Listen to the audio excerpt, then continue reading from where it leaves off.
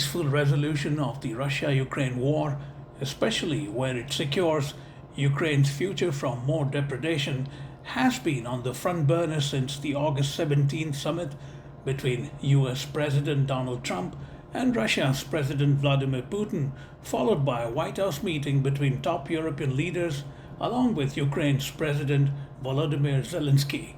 Whether the flurry of diplomatic activities leads to, at the very least, a ceasefire in the now nearly 3.5 years of bloodletting, if not a sustainable peace deal, is a big question mark. Signs are more promising now than they have ever been since the onset of the war on February 24th, 2022. To understand the view from Ukraine, Mayank Chhaya Reports spoke to Inna Sovsun, a prominent member of Ukraine's parliament and a trenchant critic of Putin. Inna Sovsun.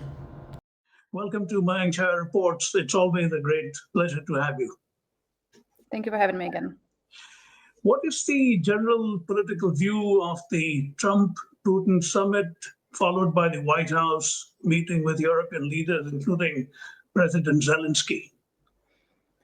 Well, as you can imagine, the reading of the Trump-Putin summit has not been very positive here in Ukraine. We have seen the red carpet rolling in front of the person who is responsible for the killings, for the rape, for the kidnapping of the Ukrainian children. And that is, of course, not the picture you would want to see ever, right? Furthermore, when I was looking at that press conference that everybody watched, I was thinking, like, there are two guys, none of whom is representing me or my people, talking there about the future of my country. And that felt very, very wrong. Then we had another stage of that, right? Then we have the negotiations in Washington, D.C. That is where the Ukrainian side has already been very much present, of course, luckily with the European friends and allies. So that was a bit of a different feeling, of course, on the very basic emotional level. I think we will get to the details a bit later. So then the second stage was read a bit more optimistically, of course, here in Ukraine. We were happy to see not happy, relieved to see that meeting didn't end up like the previous meeting in the Oval. I think that was something that everybody had in their minds when they saw the shots from that meeting, the seat up, everything was just the same, but the result was different. We could see that everybody is being extremely diplomatic, very cautious, very friendly. So there was a feeling that people are really trying. Whether this can be successful or not, that we can discuss. But the very fact that Ukraine was included then, and our allies were there, and then there were statements by President Trump that he's ready to end this war and to do everything possible to end this war, that are a positive sign. Again, will this lead to anything? That's yet to be decided, because, of course, the main person who can end this war was not there. That was Vladimir Putin, right? So we'll have to wait and see. But that development has been more positively viewed here in Ukraine. What if President Trump turned around and argued that the second meeting wouldn't have been possible without the first one? Well, in a way, that does make sense, right? He could have done it the other way around, right? He could have first met with the Ukrainian/European delegation, and then he could have met with Putin. He could have given some conditions for Putin for the meetup, like, if you want the meet, and Putin wanted that. Look, we have been watching the Russian media as well, and they have definitely shown it as a victory for Putin.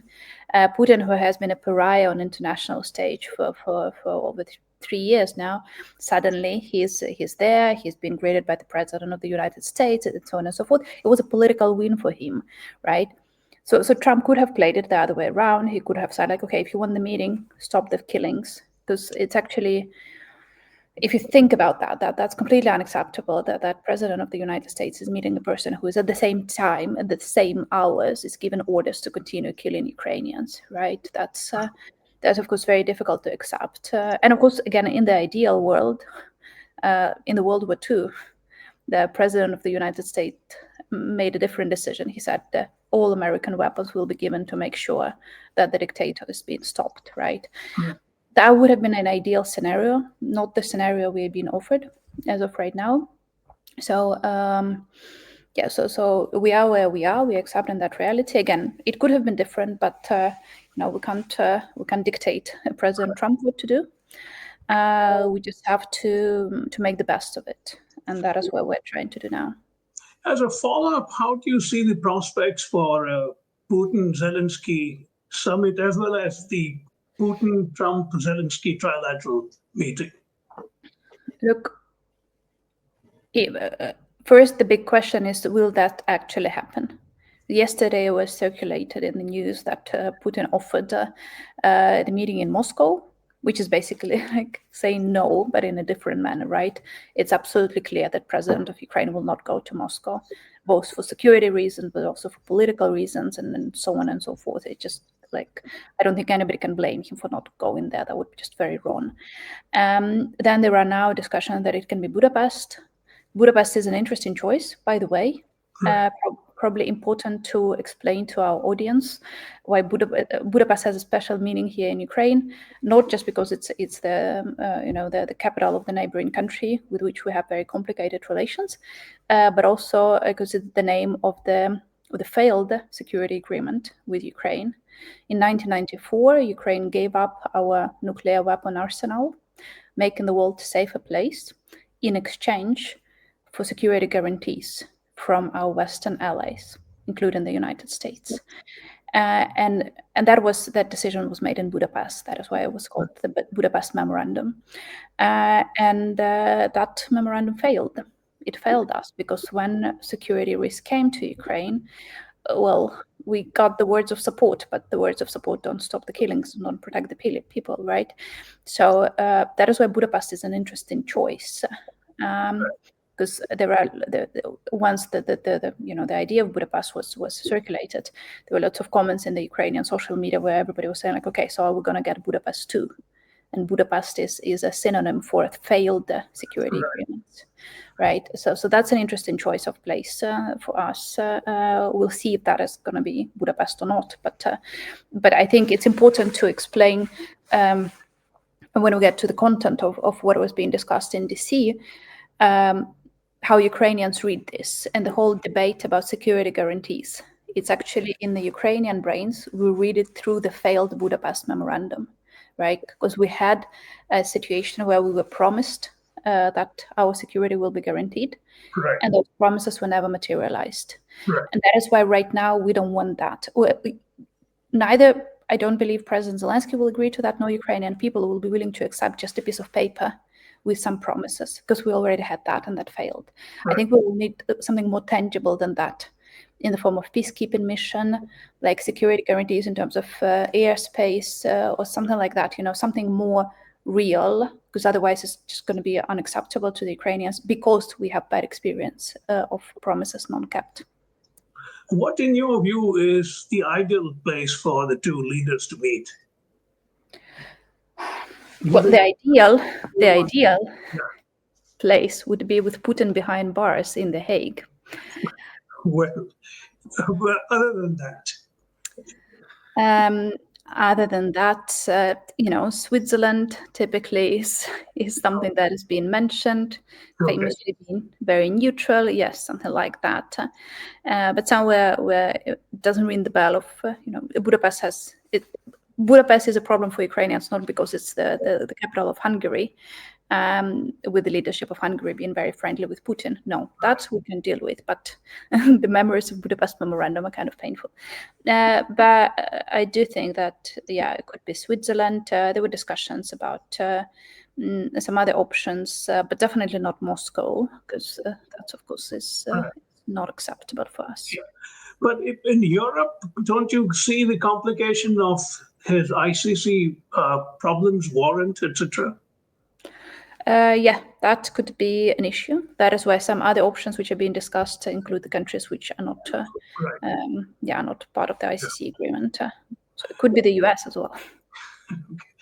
Putin's disdain for Zelenskyy is quite well known. He has often called him an illegitimate president. Meeting him directly would be perceived in Russia as him according your president an equal footing or standing.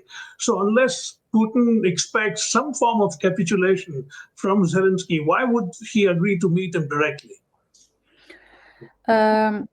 That's a great question, because over here in Ukraine, there is one thing we understand for sure. Putin doesn't want to stop the war. He wants to, his goals remain the same. He still wants to take over Ukraine, to destroy Western world as it is, to destroy the world that is based on order. He's fighting against everything that the West stands for, including, respect for human dignity, liberty, and so on and so forth. Those goals remain the same. The person doesn't change, not at this stage and not in this status, right? The question is, if he's in a situation where he cannot continue any longer. And that's a different situation, right? That's it's not like we're saying like, okay, he suddenly wants to stop killing Ukrainians. No, this revelation doesn't come that easily to the person who has already killed thousands. The question is, are there some factors which could force him to look for the end to this war, at least to this stage of this war? Are there such factors present? And there seem to be several factors internal to Putin. One is, of course, economic situation in Russia is deteriorating. Yes, they withstand a strong pressure of sanctions and so on and so forth, but it's still not doing great, right? Official polling, which is done in Russia, which is, of course, subject to very big, doubts, say that 60% of people believe that the war should continue. And that's the official polling, where people give you the, socially acceptable response. So we can very easily imagine that realistically, it's less than 50% who want the war to continue.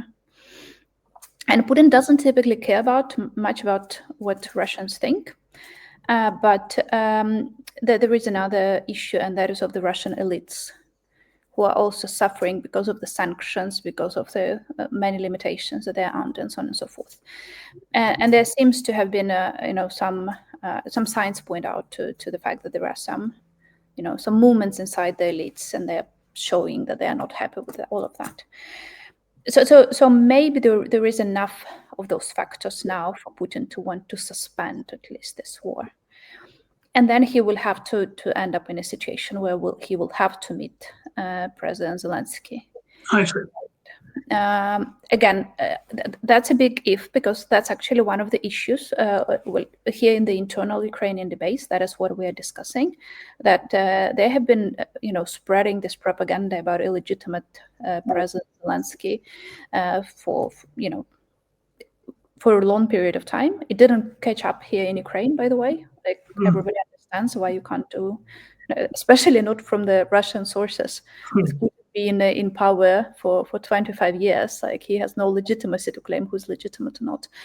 But I think that is where he will have to, to forget about what he was saying. There is lots of comments from the experts now saying that Putin is basically so relaxed about truth that no matter what road he will take, he can always frame it as a victory for him and Russia, because there is so little truth in what he's saying that it doesn't matter. He can frame anything as a truth. So they can say like, okay, so I met with that guy who claims to be the president of Ukraine. We made a deal. The part of the deal is that they're gonna do elections after the war stops, and then he'll not be president any longer. Yeah, look, we will do elections, that's for sure. No doubts about that. That was always the plan. Who will be the president? That's up for Ukrainian people to decide, not for Putin. But he can frame it this way. Right. Yeah. To come to the nitty-gritty, two of Putin's key demands are retaining Ukrainian territory and limiting the size of Ukraine's military. How are those being viewed by the people in your country? Well, I think with first the territory issue, right? So there were several types of narratives about the territories. First, there was a couple of days ago, I think end of last week, everybody was talking about this land territory swap. Right. Which is a very unclear idea. Like territory swap is something you offer is like if you exchange territories with Russia. But the idea was you exchange one piece of Ukrainian territory for another piece of Ukrainian territory, basically, right? So that was the offer, and very unclear one whether that is realistic or not. Then there was discussion that Putin wants to take over the rest of Donetsk region, which is the region in the eastern Ukraine, which Putin first attacked in 2014, and he has been trying to take it over since 2014 for 11 years now, and he still controls about 2/3 of that, right? So it took him 11 years to control 2/3 of that region, and now they're saying like, okay, we want the rest of that region, so give us the rest of that region, and then we can talk. Like, why would Ukraine simply give up part of this region of any territory? That this would make no sense, especially because there are no signs that Putin can very easily take them over militarily, right? If he could, he would have done that much earlier. Then there is discussion that maybe we can freeze the conflict lines. That is a more realistic discussion, frankly speaking. And that is not ideal, of course not ideal, but maybe acceptable to the Ukrainian people. So we can freeze that. We will not recognize them as part of Russian Federation, of course, legally, but we can recognize the de facto situation as it is. We freeze the conflict lines, and then we wait and see what can happen. Yeah, but if you freeze that line, how much territory do you lose? That will be roughly 19% of the territory. Oh, that's the figure, yeah, including the territory which has been taken over since 2014. All right. And then again, Putin has been talking about ceding the entire Donbass region before he would stop the war. Now, is that part of the freezing process that you're talking about? No, that would mean that we will have to give up like this third of Donetsk region. Okay. That it's important to understand. It's not just the territory, right? It's the people who live there. There are cities like Pokrovsk with 80,000 people, city like Slovyansk with 50,000 people. That's a densely populated area. It's now like 200,000 people living there, something like that. It's not just territory that we're talking about. If it were empty land, then it could have been a discussion, maybe. That's a big if. But it's actually people's lives who are living there, right? And so what are we discussing? Like, we move those people to Russia? No, most of them don't want to live in Russia. They want nothing to do with them. Like, are there some, like, a couple of people who might be excited about that? Maybe. But a majority of those people are Ukrainians and they want to stay in Ukraine. Like, so do we relocate them? And then the big question is, like, is the world really going to approve relocations of tens of thousands of people? Because Putin asked for that. Right. Is the restoration of the borders before the 2014 invasion even possible now? Look, theoretically, everything is possible. Right. But for that, we would need different level of support from our allies. Right. The Ukrainian army is ready to fight, but it cannot fight if it doesn't control the airspace. Not a single American general would even agree to get into a fight if he didn't have the airspace control. We are fighting without airspace control, right? But we continue to do that. But we just don't have enough weapons in our arsenal to take the territories back militarily. So then we have to wait for the right political moment, maybe, well, realistically inside Russia, where they will have a moment of political change at one point, right? Then we will see how to take it back politically.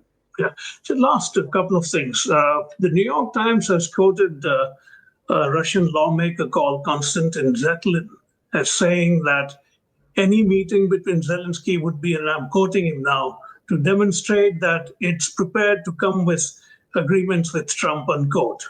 And he also says Russia has chosen this path and it has had an influence on Trump, unquote. What do you read in that? I know it's a single lawmaker saying something, but nevertheless. I don't know. Does Russia has influence on Trump? I don't know. I don't want that to be true, because Right. that's a huge danger for the whole world, Right. right? But is Trump more willing to listen to what Putin has to say compared to many other American leaders and European leaders?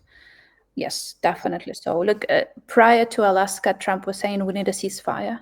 Right. Right after Alaska, he said, like, okay, maybe we don't need the ceasefire. We can continue the peace talks without the ceasefire.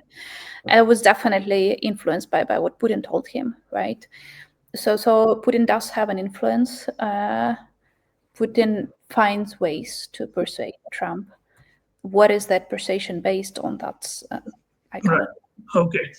My sense from reading a bit about is that Russian society generally seems resigned to the machinations out of the Kremlin. So essentially, it's just one man, namely Putin, whose whims are going to decide what happens. The fact that Russian society is not a significant factor, how worried are you about that? Well, it's a huge country. It's a very big country with no history of democracy at all. It's a country with many resources, which just tends to go from one form of dictatorship to another form of dictatorship, with very strong imperialistic ambitions. And that makes it a danger to the whole world, right? It could have been controlled. Look, in a democracy, it's very difficult to launch a war against another nation where you will have to mobilize like hundreds of thousands of people, right? It's not tens of thousands we're talking about. It's hundreds of thousands that he has to mobilize.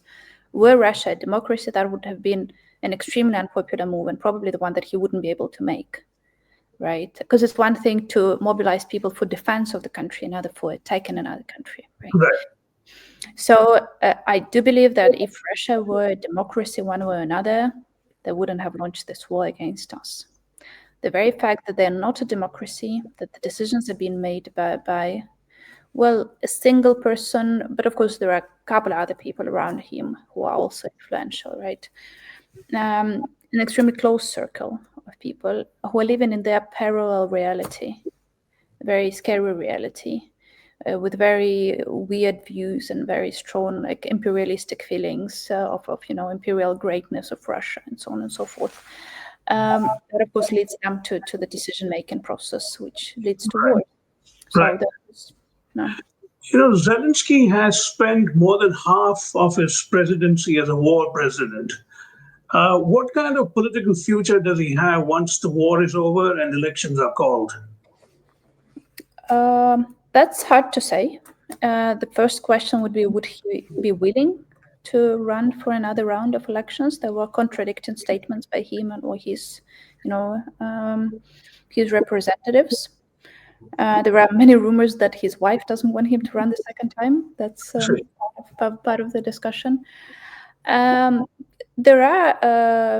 is discontent with some decisions he has made internally, particularly over the last month. There were actually protests in Kyiv and in other cities because of one of the decisions that he made, and he reversed that decision because of the protests. But that was probably the biggest moment of political instability for him during the wartime. So I think that again, everybody recognizes him as a legitimate president. Everybody recognizes that he's doing his best to collect support for Ukraine internationally. But Ukraine is a democracy. People can leadership change in Ukraine. Once the moment comes, I think that when we think about political future, we think about elections. Right now, it's very difficult for us to think about elections because we have bombs dropping onto our cities every day. But I think that once the war is over, one way or another, the whole political landscape is going to change in 1 minute. So it's going to be very difficult to predict what is to happen. And to conclude, beyond the political grandstanding on all sides, do you at all see as what has happened in the last 4, 5, 6, 7 days as at least some progress, or you think it's not something that reassures you? No, I do think it is a progress. I do think that the general look, there are some things that we were most afraid of, particularly when Trump became the president. One of them was that he will simply ignore the Ukraine's war, right? The war in Ukraine. So the last week shows that he chose not to ignore it. He chose to recognize that this is a problem. He needs to deal with that, right? That's a good sign. The unity of the European leaders is also a good sign, right? Because they all came together, they all have the same understanding of what needs to be done, and so on and so forth. The third good sign is that they're talking about security guarantees. Right. They were never before talking about security guarantees for Ukraine. Now they're talking about that. We still don't have the specific framework, and this can still fall apart so many times. But it's definitely a progress to where we have been 2 weeks ago, right? Again, I myself choose to live in the reality where I think that the process is going to fail and we will end up in continuing this war. Because you always have to, like, I say to myself that I always have to be prepared for the worst case scenario. If the best case scenario comes about, then it's going to be pretty easy to accept, right? But I do recognize that progress has been made. Okay. On that note, I want to again thank you for your time. You're always generous, and I greatly appreciate that. Thank you for having me again.